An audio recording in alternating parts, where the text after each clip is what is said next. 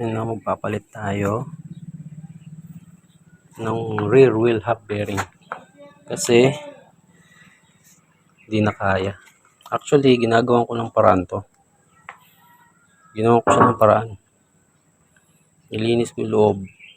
Tsaka pinalitan ng bagong grasa. Baka sakali. No? Parehas kami ng problema nung kapatid ko. Pumunta siya rito nung isang araw. Ang masaklap sa kanya, parehas kami, nilinis ko rin yung sa kanya. Pinalitan din ng grasa.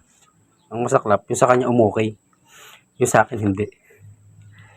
So, walang choice kundi magpalit. Dalawa na para sabay. Ayun lang. Yan talaga. Sige, kakabit ko na.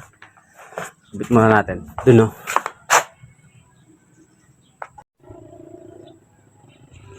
Ayun, no, nakabit na natin. Wala na rin siyang ingay. Dati pag ganyan mo, ayun, wala na. So, kabit na natin.